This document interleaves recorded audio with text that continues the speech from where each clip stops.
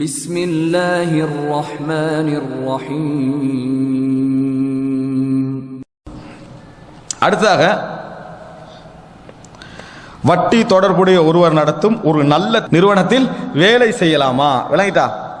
வட்டி தொடர்புடையவர் நடத்தும் நல்ல நிறுவனம் எப்படின்னா, ஒரு வட்டி தொடர்புடையவர் அவர் வட்டியெல்லாம் எடுக்கிறார், ஆனால் நிறுவனம் நல்லா போகுது, ஹலால், அதில் எந்த விதமான டீலிங்ல எந்த பிரச்சனையும் இல்லை, இதில் வேலை செய்யலாமா அப்படின்றார்.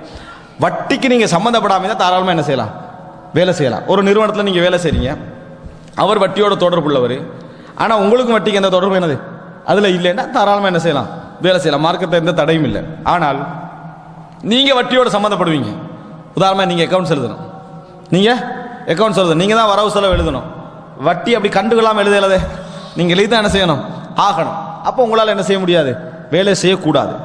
டோட்டலாக அந்த நிறுவனமே என்னது, முழுமையாக அந்த நிறுவனத்துடைய டோட்டல் இன்கம்முமே வட்டியால் இருந்தால் உங்களுக்கு அதை என்ன செய்ய போறதில்லை, அது ஹராமாக போறதில்லை. ஏன்னா நீங்க உழைக்கிறீங்க, சம்பாதிக்கிறீங்க, உங்களோட ஹலாலான பணத்தை எடுத்துட்டு போறீங்க. அந்த வட்டிக்கு எந்த விதமான சம்பந்தத்தை நீங்க என்ன செய்ய போறதில்லை, நீங்க செய்ய போறது இல்லை. உங்களுக்கு ஹலால் தான். மார்க்க ரீதியாக அதுல தடை கிடையாது. மார்க்க ரீதியாக அதுல உங்களுக்கு தடை கிடையாது. வட்டி டீலிங்ல நீங்க எழுத்துலையோ ஆதரவுலையோ ஏதோ ஒரு அடிப்படையில் சம்பந்தப்பட்டீங்கன்னா அது உங்களுக்கு என்ன செய்யும், ஹராமாகும்.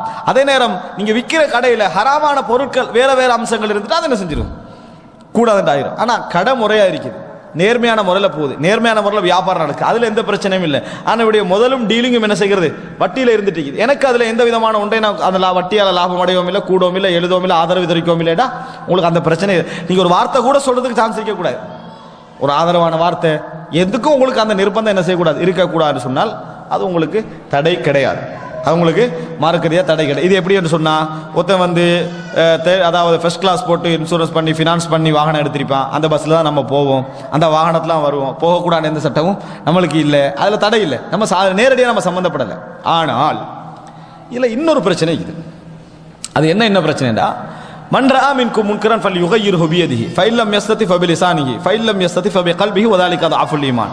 உங்கள் ஒருவர் தீமையை கண்டா கையால தடுங்கள். கையால தடுங்கள்னா என்ன, அதிகாரத்தால தடுக்கிறது. அதிகாரத்தால அது வானா செய்யக்கூடாது, செஞ்சா பிரச்சனையாகும் அப்படின்னு என் அதிகாரத்தை பயன்படுத்துறது. இரண்டாவது என்ன, நான் வாயால சொல்றது செய்ய இங்க மார்க்கத்தில் கூடாது அப்படின்றது. மூன்றாவது என்ன, மனதால இருக்கிறது. இப்போ வட்டி ஒன்று திட்ட தெளிவாக நடக்கிறதுன்னு நம்ம தெரியுது, நம்மளால வந்து அந்த கடையில நம்ம இருக்கிறது, மனதால நம்ம வெறுக்கல் இடத்துக்கு ஆதாரமாக என்ன செய்யக்கூடாது, போகக்கூடாது. புரிஞ்சுதா? நம்ம அந்த கடையில இருந்து அவரோட சிரிக்கிறது, அவரோட இருக்கிறது, அவருக்கு மரியாதை கொடுக்கறலாம் ஒரு வகையில் எப்படி ஆகும், அந்த வட்டி நடத்துறவருக்கு நம்ம வந்து மனசால வெறுக்கல்ல என்கின்ற ஒரு சிக்னல் என்ன செய்யும், அது கொடுத்துக்கொண்டே இருக்கும். அப்ப இது எல்லா இடத்துலயும் எப்ளை ஆகாது. யாருக்கு எப்ளை ஆகும் தெரியுமா, ஒருவர் உழைக்கிறார், ஹலாலா உழைக்கிறார், அவருக்கு வேறு வழி கிடையாது, ஹலாலா தான் உழைப்பு நடக்குது, வேறு வழி கிடையாது. அவர் மனதில் இப்படி ஒரு கடையில நான் இருக்கிறேனேன்னு வெறுப்போட இருக்கிறாரா, அவர் என்ன செய்யாது, அந்த ஹதீஸ் அவரை பாதிக்காது. ஆனா ஒருவருக்கு இன்னொரு இதுவும் போகலாம், ஆனா இங்க 8000 அங்க 6000, இதுக்காண்டி அவர் போகாம இருக்கிறான்னு அவர் என்ன செய்ய, இந்த ஹதீஸ் பாதிக்கும்.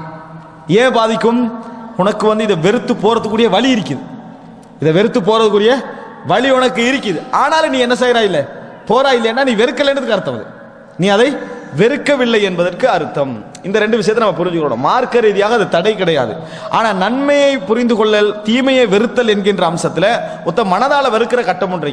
இந்த மனதால வெறுக்கிற கட்டம் என்பது உங்களால தவிர்க்க முடியாமல் நீங்க அதுல வேலை செய்றீங்க, ஹலாலான பிசினஸ் தான், வெறுத்தலை உங்களுக்கு காட்ட முடியாது, ஏன்னா உங்களுடைய நிலைமை அப்படித்தான் இருக்கிறது, அது உங்களுக்கு ஹலால்.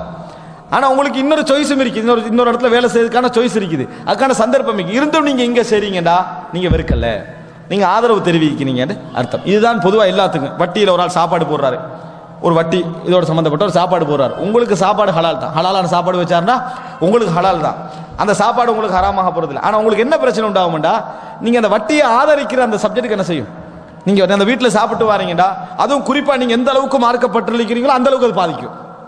நீங்க எந்த அளவுக்கு தீனியத்தோட மார்க்க உணர்வோடு இருக்கிறீங்களோ, உதாரணம் நல்ல ஒரு ஆளி வட்டி முதலாளிகிட்ட போய் சாப்பிட்டு வந்தானே எப்படிங்க, இவன் பயானா எப்படி கேட்கிறேன்னு சொல்லுவோம், அடுத்த செகண்ட் சொல்லிடுவோம். ஏன் சொல்லுவோம், அங்க போய் சாப்பிட்டு வரானே பிழை என்று தெரியும் தானே, மனுஷன் உணவு சொல்லும் அது.